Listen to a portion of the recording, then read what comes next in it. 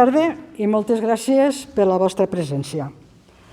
En primer lloc, saludarem a l'alcalde de Vinaròs, senyor Guillem Alsina, al subdelegat de Defensa, coronel Manuel Monzón, al president, a l'alcaldessa de Benicarló, Charo Miralles, diputada provincial, i al president de l'Aula Militar Bermúdez de Castro, José Miguel Alonso, i al tinent de la Guàrdia Civil, Gustavo Pérez. Avui inaugurem una exposició en este saló de la Fundació on se troba el Centre de Documentació Històrica de Fundació Caixa Vinaròs. Fa referència a una activitat que per moltes de les persones que estan aquí veient o que elaboran a través dels mitjans de comunicació ha format part de la seva vida. Ens estem referint, com tots podeu saber, a la mili. La gent jove segurament no n'haurà sentit parlar mai i si ho ha fet ha estat a partir dels records que li puguen haver explicat els seus pares o avis. Però realment el servei militar és una activitat que, tal i com queda reflejat en aquesta exposició, té un llarg recorregut històric. Agraïm al subdelegat de Defensa, al fundador de l'Aula, Bermúdez de Castro, al seu actual director i a l'alcalde de la ciutat, la seva presència en aquesta inauguració. I, sobretot, al senyor Antonio Arnau, que no ens ha pogut acompanyar per motius personals, per la gestió i la implicació que té en el Centre de Documentació i Estudis de la Guerra Civil Espanyola. Per la meva part, res més a dir, cedir la paraula al senyor Guillem Alsina, que parlarà del tema de la mili.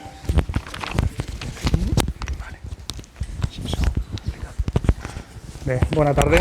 Primer que res, donar també la benvinguda al tinent de la Guàrdia Civil, a Gustavo, a Josefa, presidenta de la Fundació, a l'alcaldessa, primer que res també al subdelegat de Defensa, a Manuel Monzó, a Charo Miralles, alcaldessa de Benicarló, i al organitzador de tota aquesta exposició.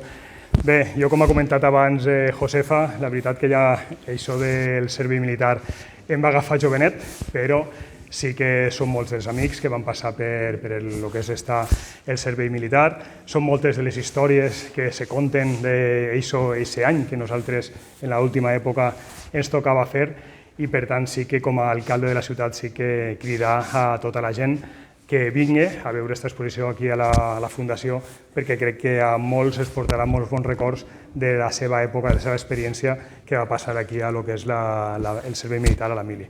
Crec que aquí Manuel sí que ens dirà tot el que és el sentit d'aquesta exposició que se tenia que fer la setmana passada, però per problemes d'agenda al final es va veure que posposada per en aquesta i crec que una vegada més agrair-vos tot el que és la col·laboració que sempre hem tingut amb el que és la subdelegació de Defensa en l'Ajuntament de Vinaròs, ja no només en el que són exposicions de qüestions militars, sinó que també col·laboracions a nivell de bandes musicals, com va ser el concert que vam realitzar, i per tant crec que estem en disposició i d'agrair-vos també tot el que és la col·laboració que sempre hem tingut i també, com no recordar, tota la feina que va realitzar en aquest cas l'Exèrcit a Vinaròs en l'època de pandèmia que ens van tirar una mà que la veritat que va ser imprescindible per a poder acometre tota la qüestió aquesta de la pandèmia en desinfeccions, en tot el que és la UME que va participar en desinfeccions a l'hospital, a l'estació i per tant sempre com a alcalde de la ciutat molt agraït en aquest cas a la subdelegació de Defensa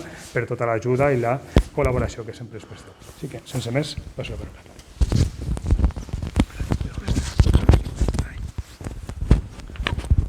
Bueno, en primer lugar, mi agradecimiento a la Fundación Caixa Vinaròs, al Ayuntamiento de Vinaròs, a la Diputación, que también nos ha ayudado a preparar esta exposición, y desde luego a la Aula Militar Bermúdez de Castro.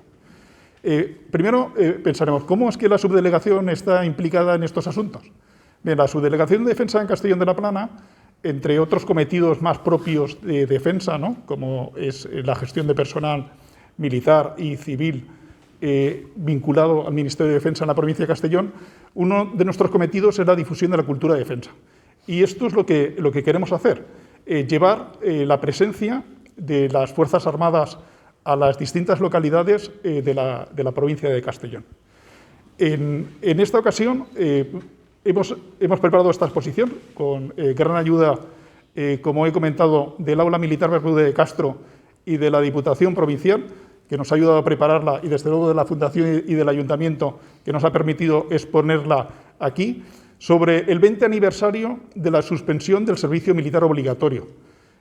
Una ley que es, un Real Decreto que se aplicó el 31 de diciembre de hace 20 años, del 2001. Fue cuando finalizó el servicio militar obligatorio. Y casualmente coincide con el 250 años de la proclamación, de la creación del servicio militar obligatorio, o sea, por parte del rey del momento, Carlos III. Si les parece, vamos a dar una vuelta por la exposición e iremos viendo qué es lo que hemos intentado transmitir aquí.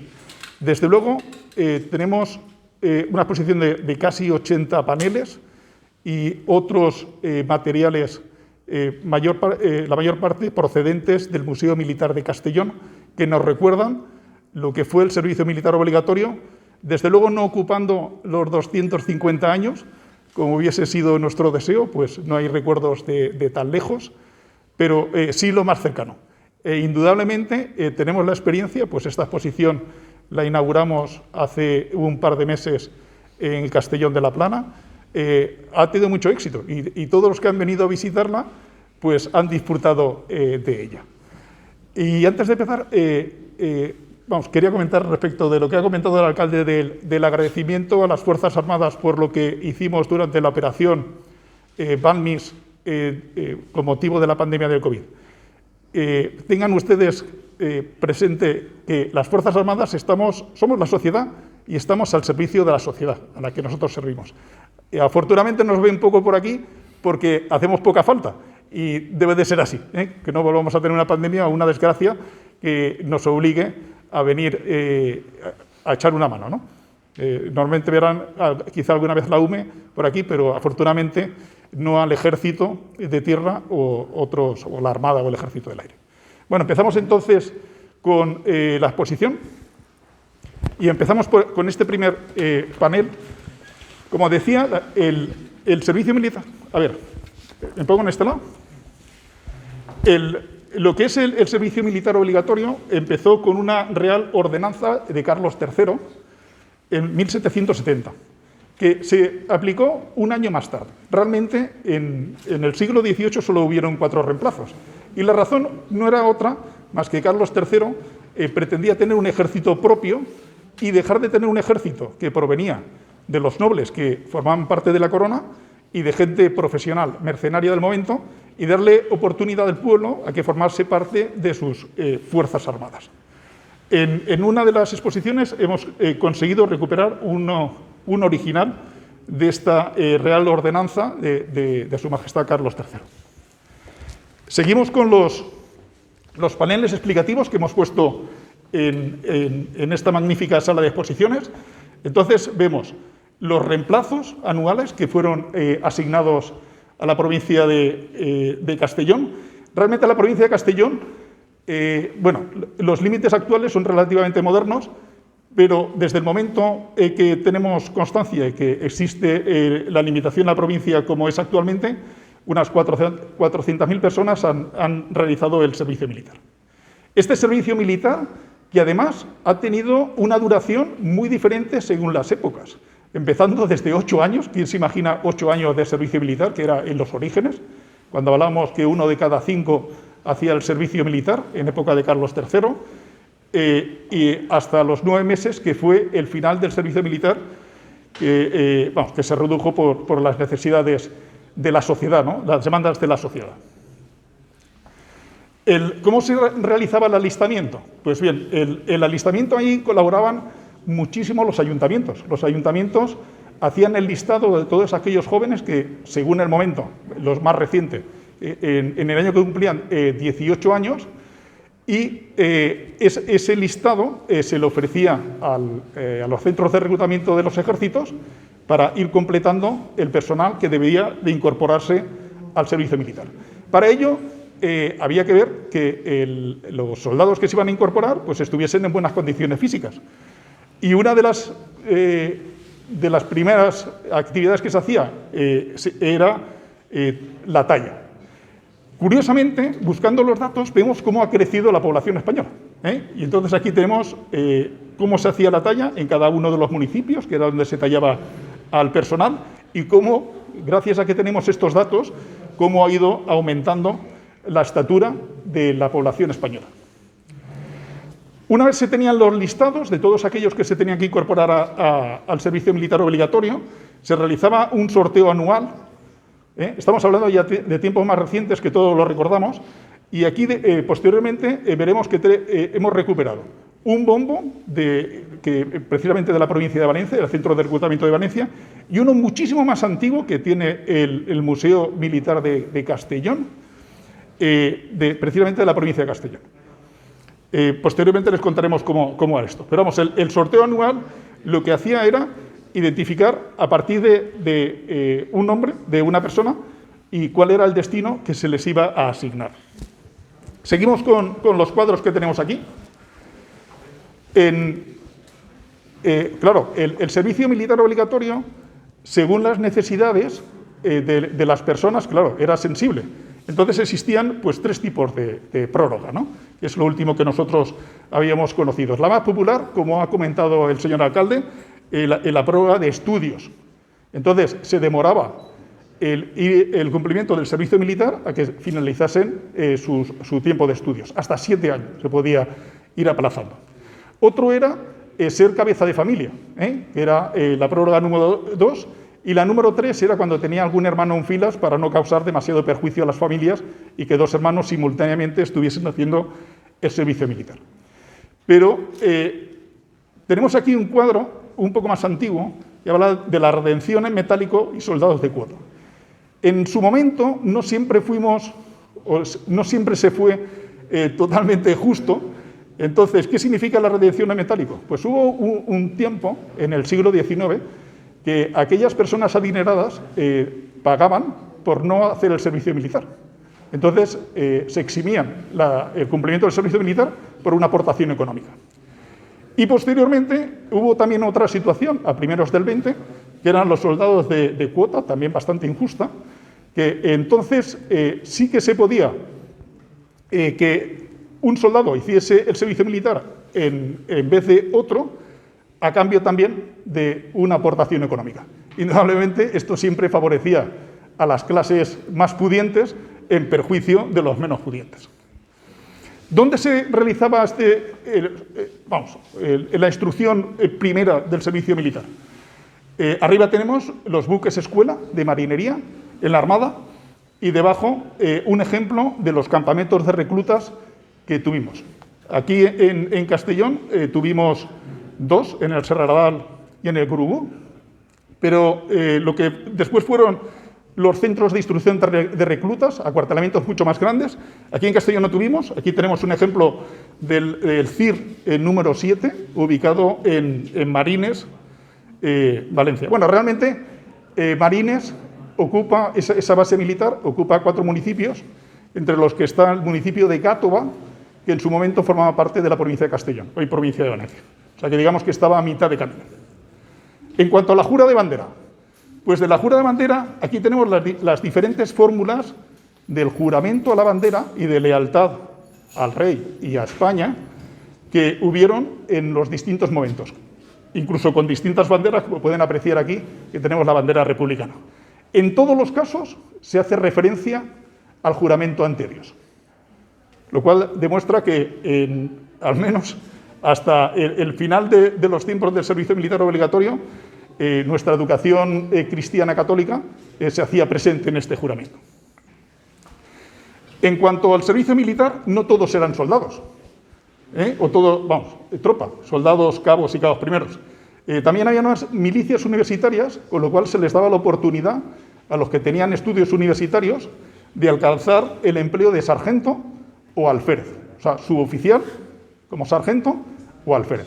Y además se les posibilitaba realizar en varios años, no de manera continuada, el servicio militar, con lo cual ellos podían continuar sus estudios sin un excesivo impedimento por tener que prestar el servicio militar obligatorio. Aquí también hemos querido representar un poco de los manuales de instrucción que tuvimos, cómo eran los aseos de la época, la evolución, Los dormitorios, veremos al final de la exposición que hemos puesto una cama y una taquilla de cómo fueron los dormitorios. Es verdad que estos ya de más modernos, ¿no? En su momento, bueno, eran todas las condiciones con unas literas y en peores condiciones. El rancho, indudablemente, era responsabilidad de los ejércitos alimentar a sus tropas y entre las cosas que nosotros hemos querido destacar es el calzado. El calzado que habitualmente utilizaba la tropa, los militares, era la espardenya. Pero aquí, precisamente en la provincia de Castellón, en Bayuxó, que eran muy buenos preparando buenos calzados, ellos tuvieron durante muchísimos años la contrata de proporcionar a los ejércitos las botas de 3 hebillas. Todo aquel que haya hecho el servicio militar recordará estas botas de 3 hebillas fabricadas de muy buena calidad en Bayuxó, aunque ciertamente hasta que uno tomaba la bota, pues bueno, alguna rozadura sí que venía. Bien, ¿qué más tenemos por aquí?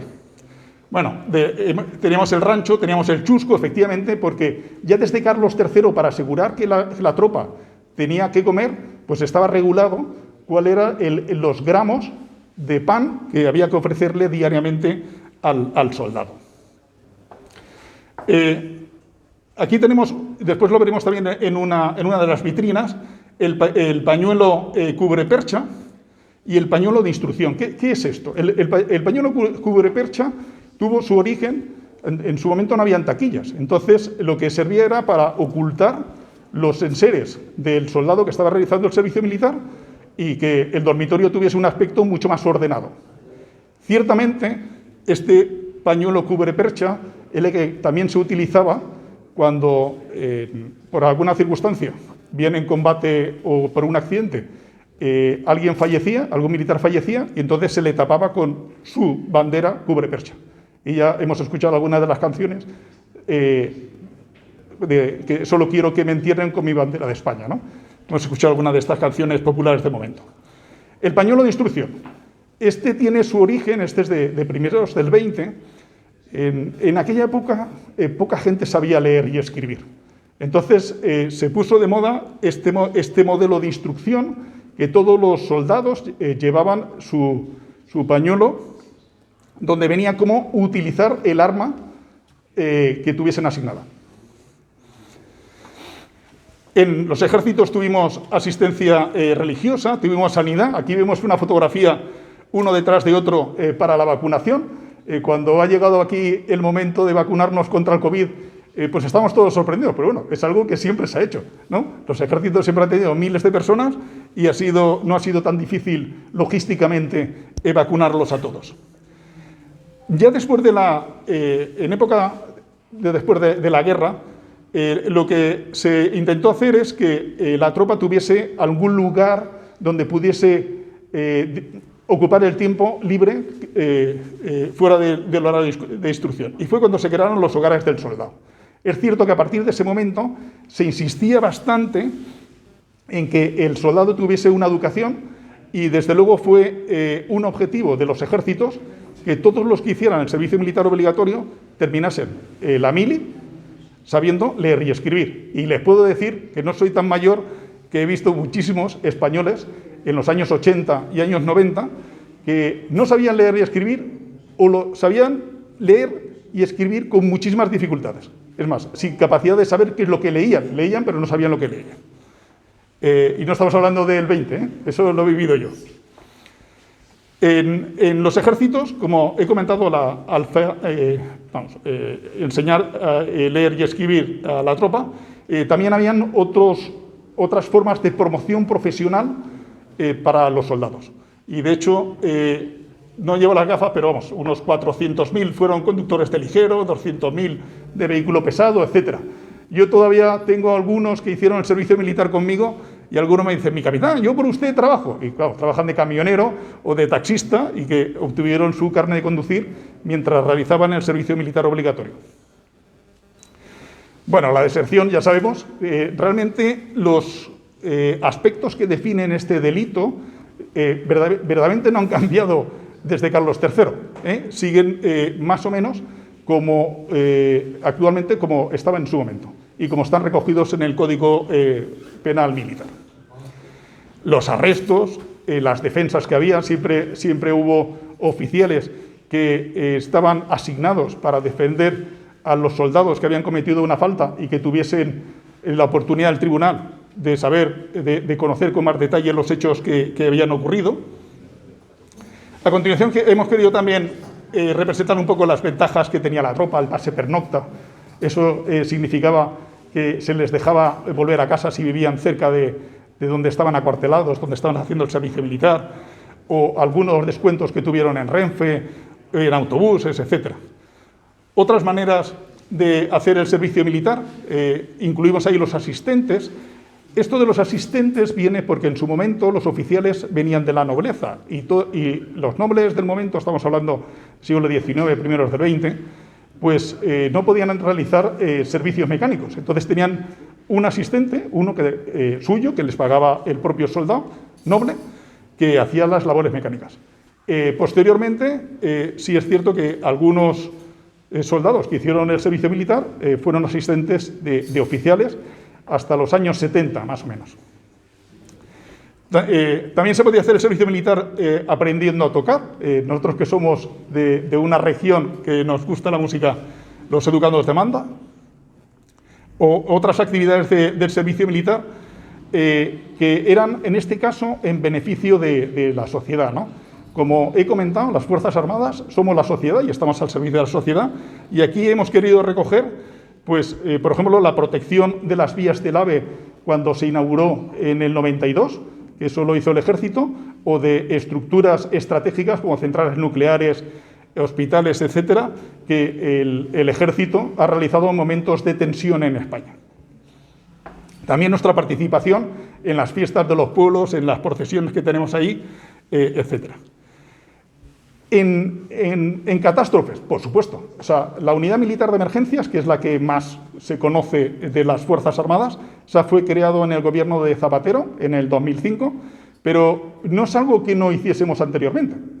Los ejércitos estamos al servicio de la sociedad y, obviamente, pues en un incendio o unas inundaciones, pues nosotros participamos. Yo les puedo decir que en mi tiempo yo estuve en el 87 en Alcira, en las inundaciones que hubieron en Alcira, y he estado más de 4 incendios con una compañía de 100 personas contribuyendo con los bomberos a apagar el incendio. Ahora, afortunadamente, ya no lo hacemos el Ejército como tal, no tenemos la instrucción que tiene la Unidad Militar de Emergencias, que ya está mucho más preparada para realizar este tipo de actividades en caso de emergencias. Luego hemos querido incluir un poco, pues, la evolución de cómo eran los empleos, cuáles eran los uniformes que se llevaban, otros lugares donde se podía hacer el servicio militar. Aquí hemos querido recoger la Legión. En su momento la Legión era solamente de personal profesional. Posteriormente se autorizó que gente que hacía el servicio militar obligatorio lo pudiera hacer en la Legión, o en institutos politécnicos para aprender alguna profesión como mecánico, chapista, electricista, etc. O incluso en la Guardia Civil. Recordarán que hubo un tiempo que personal que hacía el servicio militar obligatorio lo hacía como auxiliar de la Guardia Civil. Y se veían patrullas de 2, pero no de 2 guardias, sino de un auxiliar de la Guardia Civil, un soldado que estaba haciendo el servicio militar obligatorio y un guardia civil. Seguimos dándole la vuelta de lo que hemos puesto aquí en los paneles. Bien, aquí hemos querido representar la última jura de bandera que tuvimos en España, que se realizó con 4 culturas. Estaban israelitas, cristianos, nosotros, israelitas, árabes e hindúes. Y lo hemos querido recoger aquí. Como ven, todos los cuadros que hemos puesto son detalles que reflejan aspectos significativos de lo que es el servicio militar obligatorio. El licenciamiento, todos hemos escuchado hablar de la blanca y de un tubo que en su momento se llevaba, donde se introducía la blanca. Hay que tener en cuenta que no siempre hemos tenido los medios de transporte que tiene España, y otras veces el que hacía el servicio militar en Huelva y era de Vinaroz, pues tenía que volver desde Huelva a Vinaroz andando. Podía tardar un montón de días y llevaba colgado su blanca en un tubo para que no se estropease. Los recuerdos de la vida militar me estaban diciendo, me falta la muñeca, es cierto. Hemos traído algunos de los recuerdos del personal que hacía el servicio militar que le regalaba a sus novias o a sus padres. Aquí tenemos algunos ejemplos. Y en este cuadro que hemos puesto, el último soldado de Castellón fue un soldado de infantería de marina, que fue el último que prestó el servicio en el tercio de Levante de Cartagena, natural de Almenara. Aquí una representación del último reemplazo, que estamos hablando del 2001, por eso estamos hablando de los 20 años del servicio, de la finalización, de la suspensión del servicio militar obligatorio. La movilización, bueno, esto esperemos que no ocurra nunca, pero cuando las Fuerzas Armadas requieren de mayor personal, el Gobierno de la Nación tiene la capacidad de movilizar a su ciudadanía para que participe y se integre en las Fuerzas Armadas. Lo estamos viendo, desgraciadamente, ahora mismo en Ucrania, que es lo que están haciendo. En cuanto a la mujer, bueno, ciertamente ahí sí que se ha discriminado siempre a la mujer de realizar el servicio militar obligatorio, al menos en España, en otros países no ha sido así. ¿Y qué participación ha tenido? Bueno, en su momento la cantinera o participando en los bares que acompañaban a la tropa. Las damas de sanidad, eso sí que lo podemos recordar de los hospitales militares, que participaban como auxiliares de sanidad en los hospitales militares. Y también aquí tenemos, bueno, claro, de la época de Franco, efectivamente, el servicio femenino, ¿no?, que de alguna manera participaba en apoyo de la sociedad, en servicios a la sociedad, como era en el momento. En este lado hemos querido recoger pues, algunos otros detalles, como son las condecoraciones que se otorgaban a la tropa por hechos meritorios. Dos aspectos curiosos del servicio militar obligatorio, el fútbol y el servicio militar obligatorio. Yo creo que lo saben, pero el Atlético de Madrid viene del Atlético de Aviación. O sea que es el origen, era un equipo del Ejército del Aire con deportistas de élite que se constituyó con el tiempo en ser el actual Atlético de Madrid. Hemos puesto aquí la mili y el cine. ¿Por qué la mili y el cine? Claro, la ventaja que tenían las Fuerzas Armadas en ese momento es que tenía mucha gente y cuando había que hacer de extra en películas que hacían falta muchos extras, pues se utilizaba al ejército. Y cierto es que, tanto en películas como en teatro, como en canciones, etcétera, pues se ha recogido esta experiencia de hacer el servicio militar obligatorio. Hemos querido traer aquí del sitio de Valer, el sitio de Valer que, como ustedes saben, los últimos de Filipinas. Sabemos que en un extremo de Filipinas, precisamente en Valer, estuvieron durante algo más de un año resistiendo los ataques por parte de los filipinos del momento, porque desconocían que España se había rendido y había abandonado Filipinas.